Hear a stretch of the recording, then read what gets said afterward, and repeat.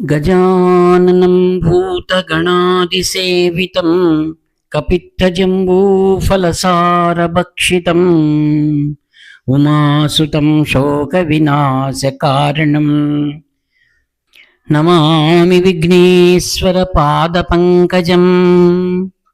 ಸದಾಶಿವಸಮಾರಂಭಾಂ ಶಂಕರಾಚಾರ್ಯಮಧ್ಯಮಾಂ ಅಸ್ಮದಾಚಾರ್ಯಪರ್ಯಂತಾಂ ವಂದೇ ಗುರುಪರಂಪರಾಂ. ಅಪಾರ ಕರುಣಾ ಸಿಂಧುಂ ಜ್ಞಾನದಂ ಶಾಂತರೂಪಿಣಂ ಶ್ರೀಚಂದ್ರಶೇಖರ ಗುರುಂ ಪ್ರಣಮಾಮಿ ಮುದಾನ್ವಕಂ. ದೇವೇ ದೇಹೇ ಚ ದೇಶೇ ಚ ಭಕ್ತ್ಯಾರೋಗ್ಯಸುಖಪ್ರದಂ ಬುಧಪಾಮರ ಸಂಸೇವ್ಯಂ ತಂ ಶ್ರೀಜಯೇಂದ್ರಂ ನಮಾಮ್ಯಹಂ.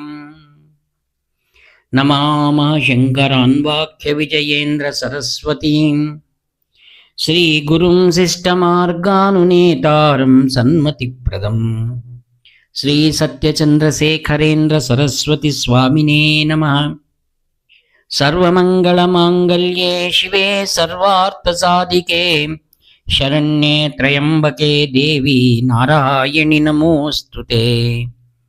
ಜಯ ನಾರಾಯಣಿ ನಮೋಸ್ತುತೆ. ಎಲ್ಲ ಶಿವಭಕ್ತರಿಗೆ ಹೃದಯಪೂರ್ವಕ ಧನ್ಯವಾದಗಳನ್ನು ತಿಳಿಸುತ್ತಾ, ಆತ್ಮೀಯರೇ, ನಾವು ಶಿವನ ಅಷ್ಟೋತ್ತರವನ್ನು ನಾವು ಒಮ್ಮೆ ಪಠಿಸಿದಾಗ ಅದರಲ್ಲೊಂದು ಮಂತ್ರ ಬರುತ್ತೆ, ಭಸ್ಮೋದ್ಧೂಳಿತ ವಿಗ್ರಹಾಯೇ ನಮೋ ನಮಃ. ಹಾಗೆಯೇ ದೇವಿ ಕುರಿತಾದ ಅಷ್ಟೋತ್ತರವನ್ನು ನಾವು ಪಠಿಸಿದಾಗ ದೇವಿಗೂ ಸಹಿತ ಒಂದು ನಾಮವಿದೆ, ಭಸ್ಮರೇಖಾಂಕಿತ ಲಸನ್ಮಸ್ತಕಾಯೈ ನಮೋ ನಮಃ.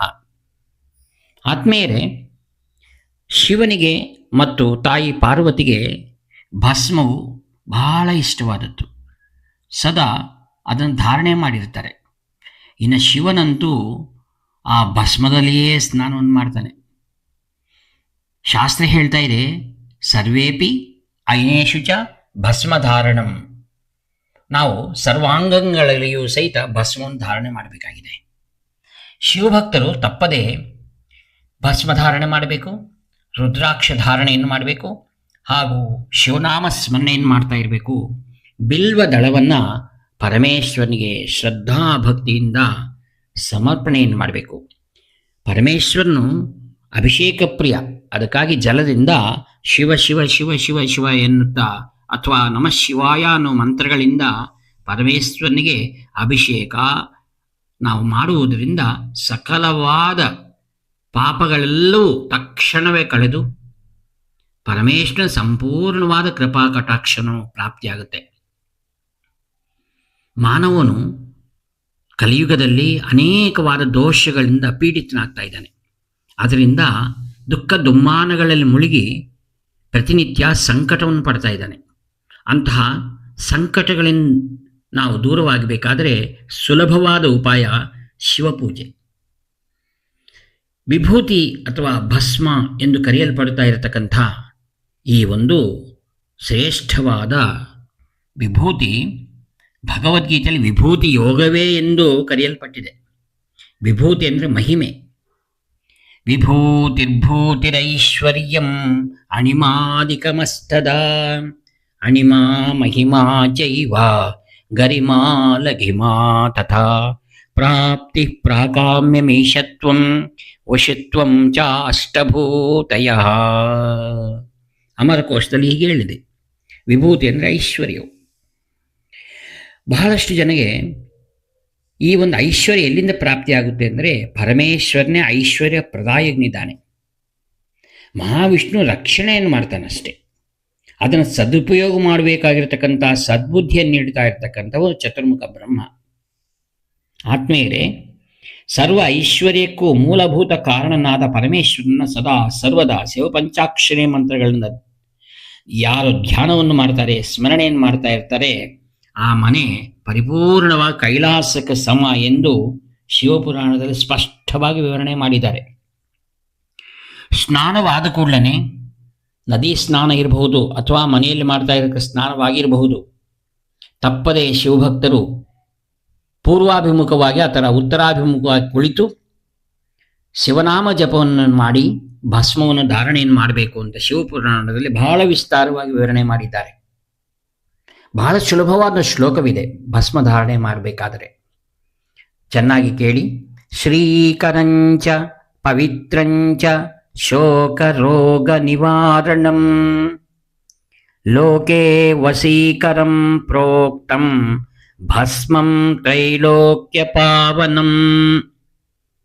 ನಾವು ಎಡಗೈನಲ್ಲಿ ಭಸ್ಮವನ್ನು ಹಾಕಿಕೊಂಡು ಸ್ವಲ್ಪ ಜಲವನ್ನು ಅದಕ್ಕೆ ಸೇರಿಸಿ ನಾವು ಶ್ರೇಷ್ಠವಾಗಿರುವ ಅಂಗುಷ್ಟ ಮತ್ತು ಮಧ್ಯದಲ್ಲಿರತಕ್ಕ ಮಧ್ಯ ಬೆರಳಿನಿಂದ ಮತ್ತು ಹೆಬ್ಬೆರಳಿನಿಂದ ಆ ಒಂದು ಭಸ್ಮವನ್ನು ಚೆನ್ನಾಗಿ ತೀಡಿ ಆ ಒಂದು ಭಸ್ಮ ಲೇಪನವನ್ನು ಮಾಡಿಕೊಳ್ಬೇಕು. ಈ ಶ್ಲೋಕದ ಅರ್ಥವೇನೆಂದರೆ, ಭಸ್ಮ ಧಾರಣೆಯಿಂದ ಶ್ರೀ ಅಂದರೆ ಲಕ್ಷ್ಮೀ ಪ್ರಾಪ್ತಿಯಾಗುತ್ತೆ, ಪವಿತ್ರತೆ ಪ್ರಾಪ್ತಿಯಾಗುತ್ತೆ, ಪವಿತ್ರಂಚ. ಮತ್ತು ಶೋಕ ರೋಗ ನಿವಾರಣಂ, ಮನುಷ್ಯನಿಗೆ ಶಾರೀರಿಕವಾಗಿರ್ತಕ್ಕಂಥ ರೋಗಗಳಿಗೆ ರೋಗ ಅಂತ ಕರೀತಾರೆ, ಮನಸ್ಸಿಗಿರ್ತಕ್ಕಂಥ ಒಂದು ಬಾಧೆಗೆ ಶೋಕ ಎಂದು ಕರೀತಾರೆ. ಈ ರೀತಿ ಕಾಯಕ ಮಾನಸಿಕವಾದ ದುಃಖ ದುಮ್ಮಾನಗಳನ್ನು ದೂರ ಮಾಡುವಂಥದ್ದು ಶುಭಪ್ರದವಾದದ್ದು ಭಸ್ಮ. ಮೂರನೇದಾಗಿ ಲೋಕೇ ವಶೀಕರಂ ಪ್ರೋಕ್ತಂ, ಲೋಕವನ್ನು ವಶೀಕರಣ ಮಾಡುವುದು ಅಂದರೆ ಎಲ್ಲರ ಪ್ರೀತಿಯನ್ನು ಪಡೆಯುವುದು ಅಂತ ಅರ್ಥ. ಈ ರೀತಿಯಾಗಿ ಭಸ್ಮಂ, ಅಂತಹ ಭಸ್ಮವು ಮೂರು ಲೋಕದಕ್ಕೂ ಸಹಿತ ಪಾವನವಾದದ್ದು. ಯಾರು ಭಸ್ಮ ಸ್ನಾನವನ್ನು ಮಾಡ್ತಾರೆ ಅವರು ಗಂಗಾ ನದಿ ಸ್ನಾನದ 1000 ಪಟ್ಟು ಫಲವನ್ನು ಪಡೀತಾರೆ. ಆನಂತರ ಮೊದಲು ಭಸ್ಮಕ್ಕೆ ನೀರನ್ನು ಸೇರಿಸಿದೀವಲ್ವ, ಆ ಜಲವನ್ನು 4 ಕಡೆಗೆ ಸಿಂಪಡಿಸಬೇಕು. ಹಾಗೆ ಸಿಂಪಡಿಸುವುದರಿಂದ ಭೂತ ಪ್ರೇತ ಪಿಶಾಚಿಗಳು ಪಲಾಯನವನ್ನು ಮಾಡ್ತವೆ. ಶಿವಪಂಚಾಕ್ಷರಿ ಮಂತ್ರವನ್ನು 8 ಪರ್ಯಾಯ ನಾವು ಜಪಿಸಿ ಭಸ್ಮವನ್ನು ಇತರೆ ಅಂಗಗಳಿಗೆ ನಾವು ಧಾರಣೆ ಮಾಡುವುದರಿಂದ ಅಷ್ಟಮೂರ್ತಿ ರೂಪನಾಗಿರತಕ್ಕಂಥ ಶಿವನು ಆನಂದವನ್ನು ಪಡ್ತಾನೆ. ಶರೀರದ ಮೇಲೆ ಸಿಂಪಡಿಸಿಕೊಳ್ಳುವುದರಿಂದ ಮತ್ತು ಕಿವಿ ಜಾನುಗಳು ಹೀಗೆ ಶರೀರದ ಉತ್ತಮವಾದ ಎಲ್ಲ ಅಂಗಗಳಿಗೆ ಉಪಯೋಗಿಸಿಕೊಳ್ಳುವುದರಿಂದ ಸರ್ವ ಶುಭ ಪ್ರಾಪ್ತಿಯಾಗುತ್ತೆ, ದುಃಖ ನಾಶನವೂ ಆಗಿಬಿಡುತ್ತೆ. ಇಂತಹ ಭಸ್ಮವನ್ನು ಆಯಾ ಸ್ಥಾನಗಳಲ್ಲಿ ನಾವು ಧಾರಣೆ ಮಾಡುವುದರಿಂದ ಆಯಾ ಸ್ಥಾನಗಳಲ್ಲಿರತಕ್ಕಂಥ ದೇವತೆಗಳು, ಉದಾಹರಣೆಗೆ ಅಗ್ನಿ, ಸ್ಕಂದ, ನಾರಾಯಣ, ಬ್ರಹ್ಮ, ಲಕ್ಷ್ಮಿ, ಭೂದೇವಿ, ಪಿತೃದೇವತೆಗಳು, ಅವರು ನಮ್ಮನ್ನು ವಿಶಾಲ ಮನಸ್ಸಿನಿಂದ ನಮಗೆ ಆಶೀರ್ವಾದವನ್ನು ಮಾಡ್ತಾರೆ. ಸನ್ಯಾಸಿಗಳು ಮತ್ತು ಯತಿಗಳು ಮಾತ್ರ ಪ್ರಣವ ಮಂತ್ರದಿಂದ ಭಸ್ಮಧಾರಣೆ ಮಾಡ್ತಾರೆ. ಪ್ರಣವ ಅಂದರೆ ಓಮಿತಿ ಏಕಾಕ್ಷರಂ ಬ್ರಹ್ಮ ವ್ಯಾಹರನ್ ಮಾಂ ಅನುಸ್ಮರನ್ ಅಂತ ಸದಾ ಸರ್ವದಾ ಪ್ರಣವಾಕ್ಷರವನ್ನೇ ಯತಿಗಳು ಸ್ಮರಣೆಯನ್ನು ಮಾಡ್ತಾ ಇರ್ತಾರೆ. ಏಕೆ ಯತಿಗಳು ಭಸ್ಮವನ್ನು ಧಾರಣೆ ಮಾಡ್ತಾರೆ ಅಂದರೆ, ಅವರಲ್ಲಿ ಬರ್ತಾ ಇರತಕ್ಕಂಥ ಭಕ್ತಾದಿಗಳು ಮಾಡ್ತಾ ಇರತಕ್ಕಂಥ ಯಾವ ಪಾಪಕೃತ್ಯಗಳಿರ್ತವೆ ಅದರಿಂದ ಇವರು ಸಂರಕ್ಷಿಸಿಕೊಳ್ಳಿಕ್ಕಾಗಿ ಪ್ರಣವ ಮಂತ್ರದಿಂದ ಈ ಭಸ್ಮವನ್ನು ಧಾರಣೆ ಮಾಡ್ತಾರೆ. ಯಾವ ಪಾಪಗಳಿರುತ್ತೆ? ಅಭಾಷ್ಯ ಭಾಷಣಂ ಅಂದರೆ ಯಾವುದು ಮಾತಾಡಬಾರ್ದ ಗುರುಗಳ ಜೊತೆ ಅವೆಲ್ಲ ಮಾತಾಡ್ತಾರೆ. ನಿರೀಕ್ಷಣಂ ಆ ಕಡೆ ನೋಡ್ತಿರ್ತಾರೆ. ಮತ್ತು ಅಸ್ಪರ್ಶ ಸ್ಪರ್ಶಂ ಯಾವುದನ್ನ ಮುಟ್ಟಬಾರ್ದನ್ನಲ್ಲಿ ಮುಟ್ಟು ಬಂದಿರ್ತಾರೆ. ಶ್ರೋತವ್ಯಂ ಕೇಳಬಾರದ ಮಾತುಗಳನ್ನು ಅವರು ನಮಗೆ ಹೇಳ್ತಿರ್ತಾರೆ. ಈ ರೀತಿಯಾಗಿ ಆ ಎಲ್ಲ ಪಾಪಗಳಿಂದ ನಾವು ದೂರವಾಗಬೇಕಾದರೆ ಯತಿಗಳೆಲ್ಲರೂ ಸಹಿತ ಗುರು ಸ್ಥಾನದಲ್ಲಿರ್ತಕ್ಕಂಥವರು ಸದಾ ಭಸ್ಮಧಾರಣೆಯನ್ನೇ ಮಾಡಿರ್ತಾರೆ. ಇನ್ನು ಶಿವಭಕ್ತ ಸ್ತ್ರೀಮಣಿ ಅಂದರೆ ಸ್ತ್ರೀಯರು, ಪತಿವ್ರತ ಶಿರೋಮಣಿಗಳೆಲ್ಲರೂ ಸಹಿತ ಶಿವಭಕ್ತಿಯಿಂದ ಸ್ವಲ್ಪ ಭಸ್ಮವನ್ನು ಧಾರಣೆಯನ್ನು ಮಾಡಿ ಮಧ್ಯದಲ್ಲಿ ಒಂದು ತಿಲಕವನ್ನು ತಾವು ಹಚ್ಚಿಕೊಳ್ಳಬೇಕು. ವಾಮದೇವ ಋಷಿಗಳು ಅತ್ಯಧಿಕವಾಗಿರತಕ್ಕಂಥ ಶಿವಪುರಾಣ ಇತ್ಯಾದಿ ಗ್ರಂಥಗಳಲ್ಲಿ ಗುರುಚರಿತ್ರೆಯಲ್ಲಿಯೂ ಸಹಿತ ಭಸ್ಮ ಧಾರಣೆಯ ಬಗ್ಗೆ ವಿಪುಲವಾದ ವ್ಯಾಖ್ಯಾನವನ್ನು ಮಾಡಿದ್ದಾರೆ. ಯಾರು ಭಸ್ಮವನ್ನು ಹಚ್ಚಿಕೊಂಡಿರ್ತಾರೆ ಅವರಿಗೆ ಭೂತ ಪ್ರೇತ ಪಿಶಾಚಿಗಳ ಬಾಧೆ ಇರುವುದೇ ಇಲ್ಲ. ಆ ಮನೆಯಲ್ಲೇ ಸದಾ ಐಶ್ವರ್ಯ ತುಂಬಿ ತುಳುಕಾಡ್ತಾ ಇರುತ್ತೆ. ಭಸ್ಮವನ್ನು ಯಾವ ರೀತಿ ತಯಾರು ಮಾಡ್ತಾರೆ ಅನ್ನೋದನ್ನ ಸ್ವಲ್ಪ ವಿಚಾರ ಮಾಡೋಣ. ಭಸ್ಮವನ್ನ ಮಂತ್ರಲೇಪಿತವಾಗಿ ಸಿದ್ಧ ಮಾಡ್ತಾರೆ. ಕಲ್ಪ, ಅನುಕಲ್ಪ, ಉಪಕಲ್ಪ ಇತ್ಯಾದಿ ವಿಧಾನಗಳಿವೆ. ಅಂದರೆ ಕಲ್ಪವಂದರೆ ಶಾಸ್ತ್ರೋಕ್ತ ಪ್ರಕಾರವಾಗಿ ಇದನ್ನು ತಯಾರು ಮಾಡ್ತಾರೆ. ಅಂದರೆ ಹಸುವಿನ ಅಂದರೆ ಗೋಮಯವನ್ನು ತೆಗೆದುಕೊಂಡು, ಅದು ಎಂಥ ಗೋವಿರಬೇಕು, ಅನೇಕ ಕರುಗಳಿಗೆ ಜನ್ಮ ಕೊಟ್ಟಿರತಕ್ಕಂಥ ಶ್ರೇಷ್ಠವಾದ ಗೋ, ಅದರಿಂದ ಆ ಗೋಮಯವನ್ನು ತೆಗೆದುಕೊಂಡು ಗೃಹ್ಯ ಸೂತ್ರ ಇತ್ಯಾದಿ ವೇದ ಮಂತ್ರಗಳಿಂದ ಹೇಳಲ್ಪಟ್ಟ ಶಾಸ್ತ್ರೀಯ ವಿಧಾನದಿಂದ ಆ ಒಂದು ಗೋಮಯವನ್ನು ಭಸ್ಮವನ್ನು ಮಾಡ್ತಾರೆ. ಅದರ ಜೊತೆಗೆ ಬಿಲ್ವ ದಳಗಳ ರಸವನ್ನು ಸೇರಿಸ್ತಾರೆ. ಆಮೇಲೆ ಸೂರ್ಯನ ಬಿಸಿಲಿನಲ್ಲಿ ಅದನ್ನು ಒಣಗಿ ನಂತರ ಅದರ ಭಸ್ಮವನ್ನು ತಾವು ಲೇಪನ ಮಾಡುವುದು ಸರ್ವಶ್ರೇಷ್ಠ. ಈ ರೀತಿಯಾಗಿ ಇನ್ನೂ ಕೆಲವಿದೆ ವಿಧಾನ, ಅನುಕಲ್ಪ ವಿಧಾನಗಳಲ್ಲಿ ಕಾಡಿನಲ್ಲಿ ಸಂಚಾರವನ್ನು ಮಾಡ್ತಾ ಇರ್ತಕ್ಕಂಥ ಯಾವ ಗೋವುಗಳಿವೆ ಅದನ್ನು ತೆಗೆದುಕೊಂಡು ಬಂದು ಅದೇ ಗೋವಿನ ಮೂತ್ರವನ್ನು ಅದರೊಳಗೆ ಸೇರಿಸಿ ಮುದ್ದೆಗಳನ್ನು ಮಾಡಿ ಪಿಂಡೀಕೃತ ವಿಧಾನ ಅಂತಾರೆ. ಆ ನಂತರ ಆರಣ್ಯಕ ಇತ್ಯಾದಿ ಶಿವಾಗ್ನಿ ಮಂತ್ರಗಳಿಂದ ಅಗ್ನಿಯಲ್ಲಿ ಬೇಯಿಸಿ ಆ ವಿಭೂತಿಯು ಕೂಡ ಬಹಳ ಶ್ರೇಷ್ಠವಾದದ್ದು. ಭಸ್ಮವನ್ನು ಧಾರಣೆ ಮಾಡುವುದರಿಂದ ರುದ್ರಯೇಶ ಅಗ್ನಿ ಅಂತ, ಅಂದರೆ ಅಗ್ನಿಯಲ್ಲಿ ಬೆಂದಿರುವುದರಿಂದ ಅದರೊಳಗೆ ಸೌಮ್ಯ ಅಗ್ನಿ ಇರುತ್ತೆ. ಆ ಅಗ್ನಿಯು ಸಮಸ್ತವಾದ ಸೂಕ್ಷ್ಮ ಪಾಪಗಳನ್ನೆಲ್ಲವನ್ನು ಸಹಿತ ಅದು ಹರಣ ಮಾಡುತ್ತೆ.